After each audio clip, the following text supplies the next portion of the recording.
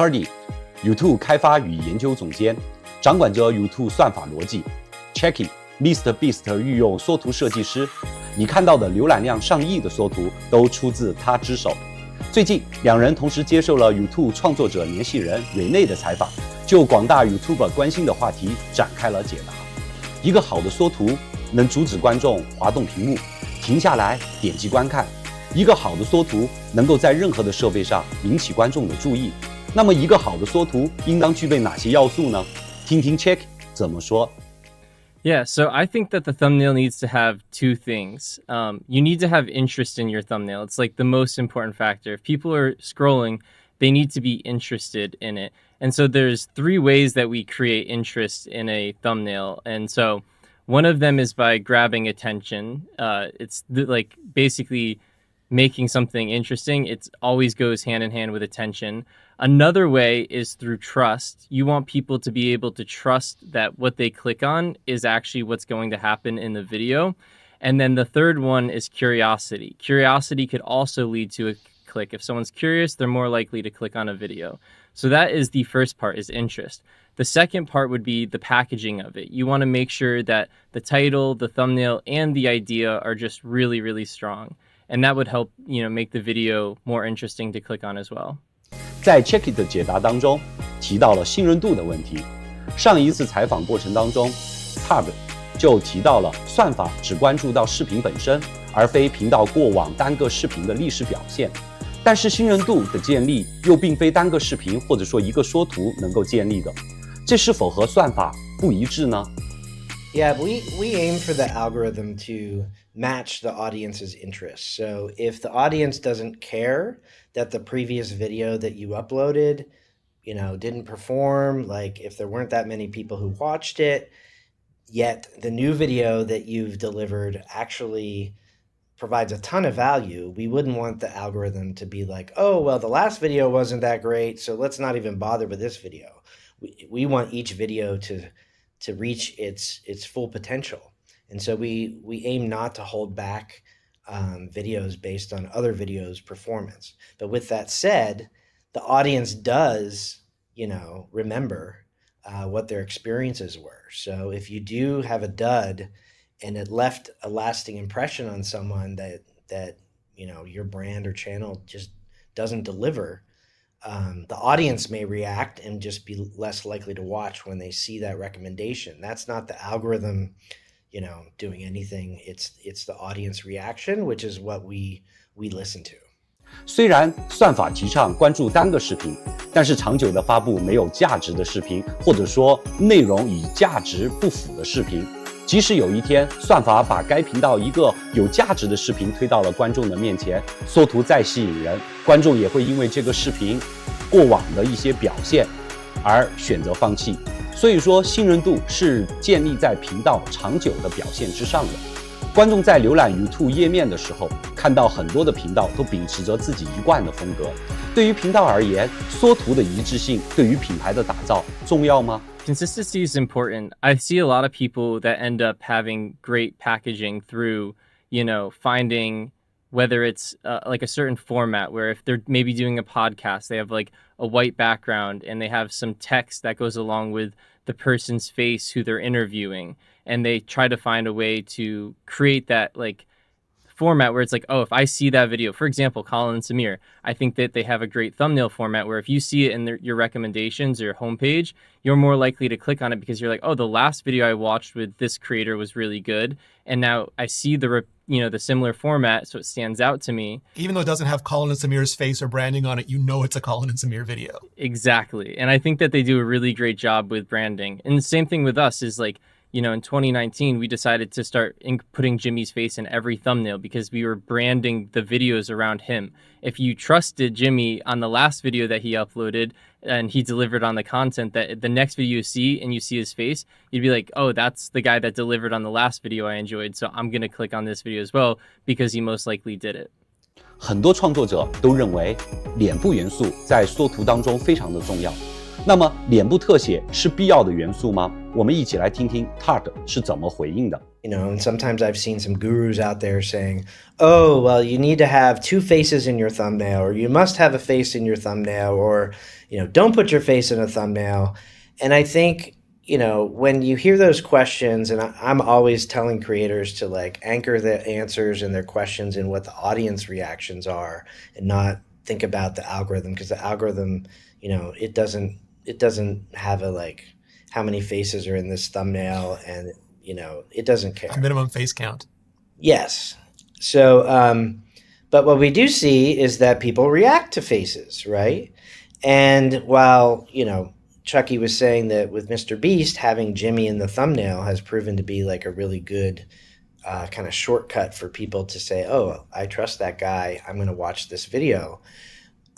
I've also seen cases where maybe a creator that isn't quite as established as a personality or brand as a MrBeast, they may have a different experience in putting their face in a thumbnail. Often what having a face in a thumbnail does is, help you recognize something familiar. But if you are seeing a channel for the first time, and you don't know the person behind the channel, it may not help you decide whether it's a great video to watch. And so think about different thumbnails might appeal to different audiences based on their history with your channel. And if you're in the phase of building up an audience in your channel where you haven't necessarily had millions of viewers who have watched and know your face, you might need to lean on other elements of your video to attract new audiences. And so I encourage creators, when they think about their thumbnails, their titles, their packaging, to think about, don't forget about that viewer who doesn't know your channel and is seeing this thumbnail, your channel, for the first time. Are they going to understand the context that you're giving them? Sometimes creators can anchor a bit much on their core audience that knows them well. And so just think about that and where you are in your channel life cycle. Try different things, see what works. Chucky 制作过成功的缩略图数不胜举，到底他是怎么做到在如此短的时间之内获得如此高的点击率的呢？ The best way with doing that is making the thumbnail easy to understand. And that way, when they look at it the first time, they're saying, wow, like, I know what's going on in this video. I'm going to click on it. If they have to spend like 10 seconds or 20 seconds to try to understand what's going on in your thumbnail, they're probably not going to be that invested to spend that amount of time to figure out what's going on, and they're going to keep scrolling. So making it easy to understand is incredibly important. And then I would also just say, too, is visual clarity. Like, if you have a lot going on in your thumbnail, when you design your thumbnail in Photoshop, it's, very big, right? And it's the whole screen of your computer. But when it's actually on YouTube, it's much smaller. And so you have to think about it. What does it look like when it's much smaller? How is someone going to perceive this? And how is someone going to read this thumbnail? Because all the small details you pay attention to when it's like a large screen do not really help you as much when it's like a smaller image. So we always try to look at our thumbnails as if it was already posted on YouTube to kind of see what that looks like, to give us a better example. Like, is this something that catches my attention? Or is this something that's like way too cluttered and, people aren't going to understand what's going on? 大家都知道 Chucky 的缩图一直都有着极高的点击率，这里也请他给我们分享一下他制作缩图的思路和过程。Yeah, so our ideation process is where we spend most of the time coming up with that title and thumbnail. So it's like idea, then you get the title and thumbnail, and we try so many different thumbnails. Like, how can we represent this content the best? How could we make it clickable? And so we probably come up with like 50 concepts per video, which is excessive. And I'm not saying everyone has to do that, but that's just the level that we're at. We're like trying to come up with unique ways to get people to click on the video. And then after that, we're putting it into concept art, which then says like, hey, like, so first we get someone to draw it up and it's like an illustrator. And then we do concept art, which we like Photoshop with like really rough assets to try to say, is this actually going to look good? Like, we don't want to waste Jimmy's time. So let's make sure that this thumbnail looks good. And then once we're like, yes, this is clickable. And right now we're trying to do like 3 thumbnails so we could use the A/B testing feature from YouTube. And so once we have 3 that we really like, that's when we actually then shoot source. Every single one of our videos, we don't go off of Google to find, images and try to make things work. We shoot our own source in studio, so that way we get the angles we want, and we don't have to make any sacrifices to the idea in the thumbnail idea that we had. And so then we can bring it to life, fully polish it up, and then make a final thumbnail. And then there's also like mini things that we do, like changing the shirt colors, putting Jimmy in a suit, putting him in a shirt with the MrBeast logo, the different color of a house, or we change so many different aspects. So we end up having mouth like hundreds open, of mouth thumbnails. closed, famously. Yeah, the mouth closed and mouth open, exactly. 文字在缩图当中的作用大吗 ？Chucky 又怎么看？ This is what we call complementary packaging, where you basically use the title and the thumbnail to secure the click. There's a lot of criminal investigation videos on YouTube, and I think they have the best packaging, like complementary packaging, where they'll say the title. So for example, the one I have pulled up here is "When the suspect is smarter than the detective." And then it just has an arrow pointing at the individual in the seat being investigated, and the text says "Secret Genius." Or there's another one that I really liked where it's like, "When a criminal is smarter than the detective." And then the text that they use is, "Why was I arrested if I'm not under arrest?"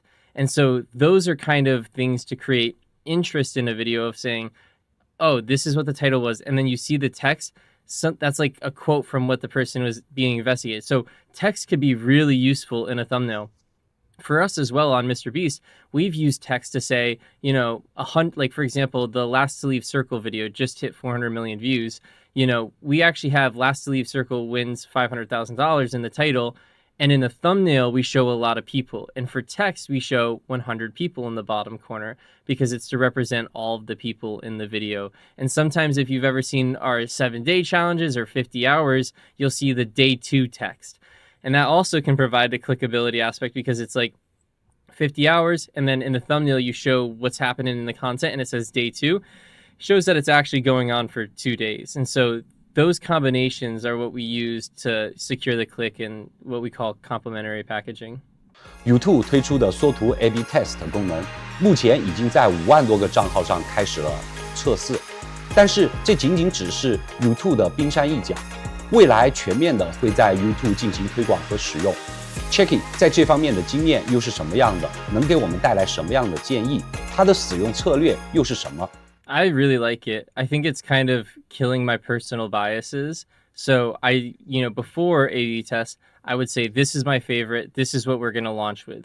If the video is doing great, awesome. We keep that title and thumbnail. If the video is performing really, really bad, then we would switch that thumbnail. And so we would always have to make the decision, well, like, should we switch it now or is it too early?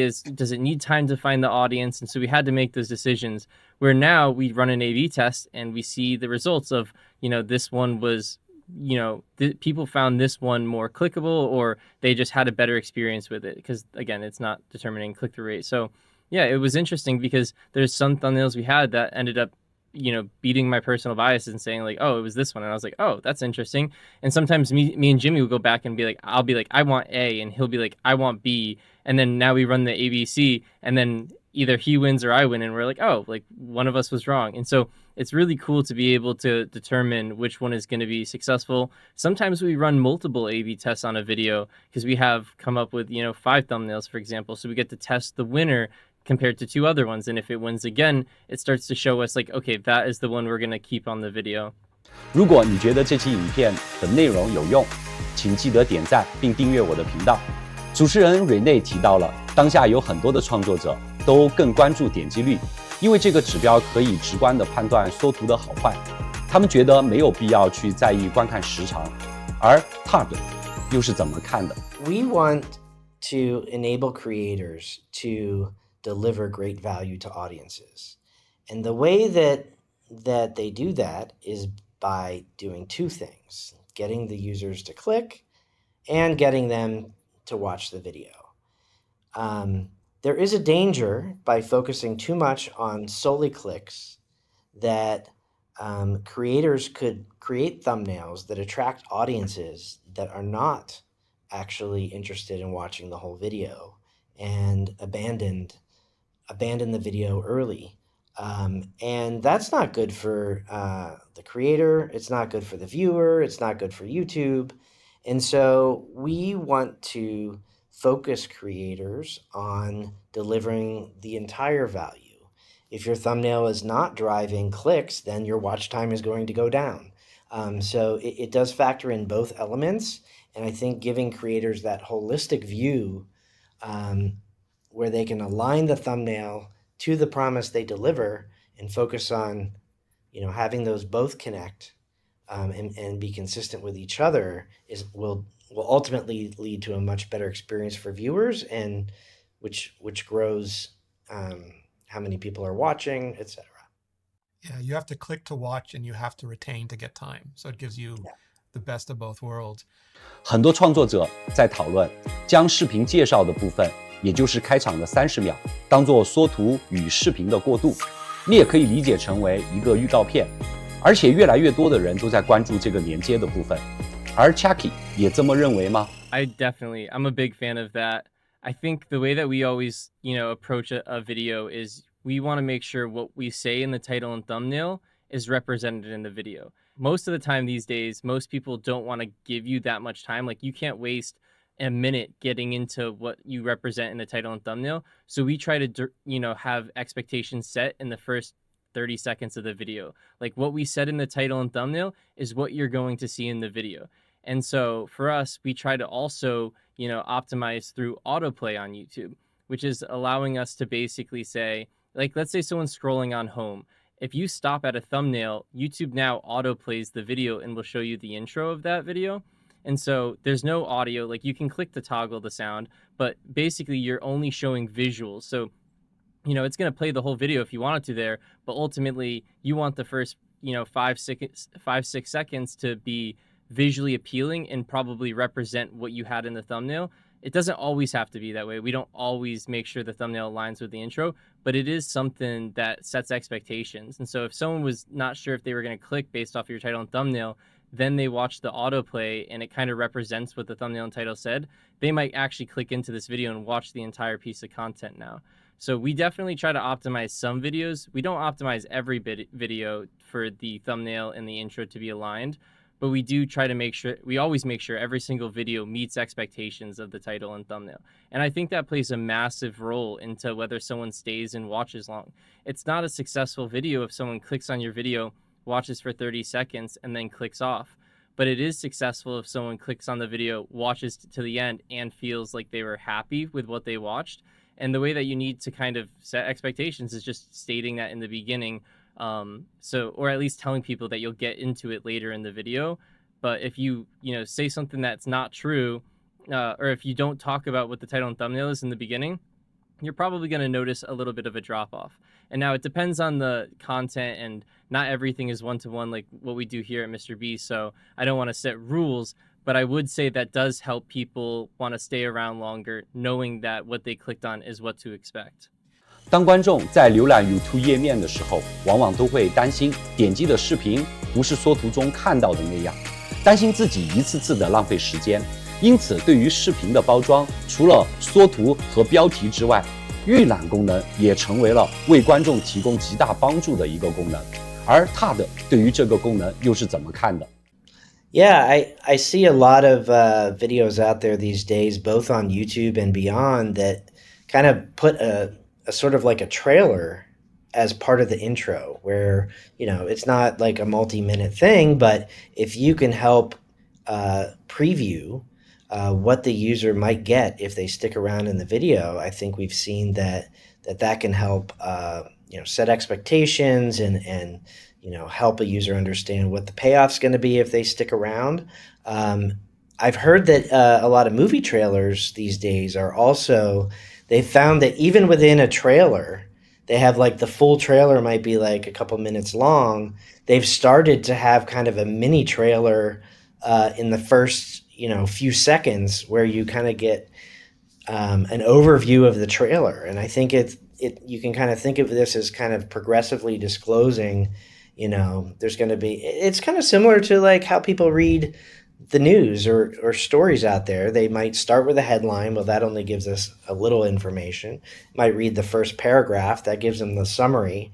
And then they may want to stick around for the whole thing. I think if you can help them navigate that information where it just feels kind of like continuous and it can really help kind of on-ramp the person to the whole video. 我们经常都会看到很多创作者在探讨如何拯救已经失败的视频，当中涉及到的最重要的一个方法就是更换缩略图和标题。那么更换缩图和标题之后， YouTube 算法是否会对他们进行重新的推荐呢？ Yeah. Do we give it any sort of favorable treatment where we're going to give it more chances now because we noticed something was different? The answer is that we don't. And part of that is because if you could get kind of favorable treatment just by swapping some metadata, creators would just do that all the time so they could just get as much as they could. But the other reason is we actually found that we don't need to, because if the thumbnail or title change actually has a difference, we've seen that pick up within like seconds of the change happening without us doing any special thing other than now showing that different metadata. You could see it sometimes in the real-time graphs. When you see those jumps coming from a change of a title or thumbnail, those are all coming from audience reactions, and there's no like algorithm boost that is given to things that are just updated. 现在已经有越来越多的人在使用生成式 AI 生成缩图和标题。Chucky 对于这个现象又是怎么样来看待的？ Yeah, we actually use AI to help us with ideation of thumbnails. For example, if we're trying to show off the $1 versus $1 billion house, we want to make sure that we choose an interesting looking house for that thumbnail. And so we would use generative AI to kind of say, like, give us 100 different houses. Like, how can we represent a house really luxurious, gold house? Where normally I would have to have someone 3D render and try to create that for me. Now I could have 100 in a few seconds. And that's been really interesting to kind of pick from and say, oh, this is interesting. I never would have thought about having the windows like this, or I never would have thought that this style of house would have been the one that is actually something that like stands out to me for whatever reason. So just having the ability to just say, print me 100. And then if I didn't like any of them, print me another 100. And I might take things from here and there and say, oh, that window's cool. Let's apply it to this one. And it allows us to just have more creativity. It feels like you're asking someone like, hey, get me 100 this, and then they're able to send it to you, and then you're able to look at it. So yes, generative AI is incredibly cool to use. And it's not something that we're using for the final thumbnail right now, but it's helping me with ideas. And that as a resource is incredibly powerful. And if I had that like 3 years ago, I think our thumbnails would have been even better then. So I definitely like using generative AI. Have you experimented with using generative AI for titles at all, like to try to come up with different titles given a concept, or just for thumbnails? We've been trying. It's definitely something that isn't the easiest, because I think with generative AI, it can kind of help us with ideas, like if we describe the kind of content where we're like, oh, we want to do X versus Y, like give us, things. Like if we did kids versus adults, list other factors or formats that you could express. And maybe they say like YouTubers versus TikTokers. And so it can kind of fill in the blanks. But as of like, creating a unique title, we haven't had the most success. And we're still working on tweaking something that we've been trying to build internally and make it better. But like, for example, when we did 7 Days Stranded at Sea, that was just something that I thought sounded visually appealing. Like I knew saying 7 Days Stranded at Sea was good. 7 Days Stranded on an island, it kind of had a ring to it. And that was something that AI couldn't do. So I believe that you can kind of use AI, but it's not perfect just yet. And so, we're still working towards improving what we're currently using. 有没有什么好的工具推荐给小频道，来帮助他们获得最大化成功的机会呢？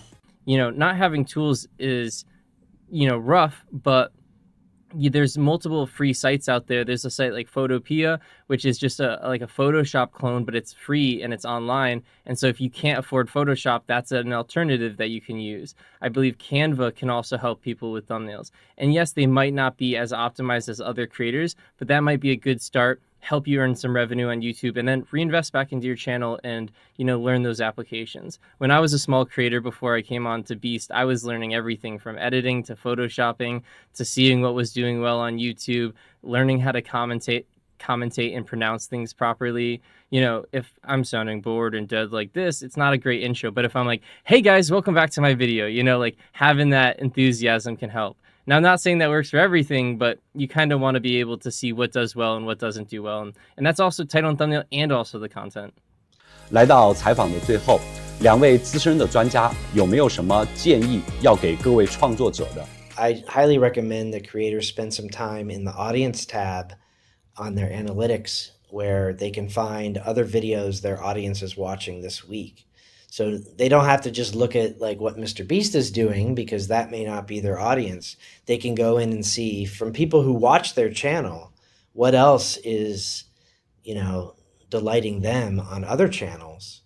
They can see that right within their analytics audience tab. So check that out. And I totally agree with your advice around, put yourselves in the, look through the eyes of the viewer. And what is it that the viewer, how are they going to react? What is working for them will help you figure out what to do. Yeah, 1% improvement on every video continuously will make your videos better in the long term. So always think about the long term. You don't have to change everything tomorrow to get an amazing video. It's about improvements. If you go look back at some of our content 3 years ago, it's totally different than the content we're posting today. And that was because we gradually improved over time. So don't be too hard on yourself. Definitely take time to make improvements. 这次两位重磅人物的采访给我们解答了很多过去疑惑的问题，他们的见解都非常值得我们去反复的研究。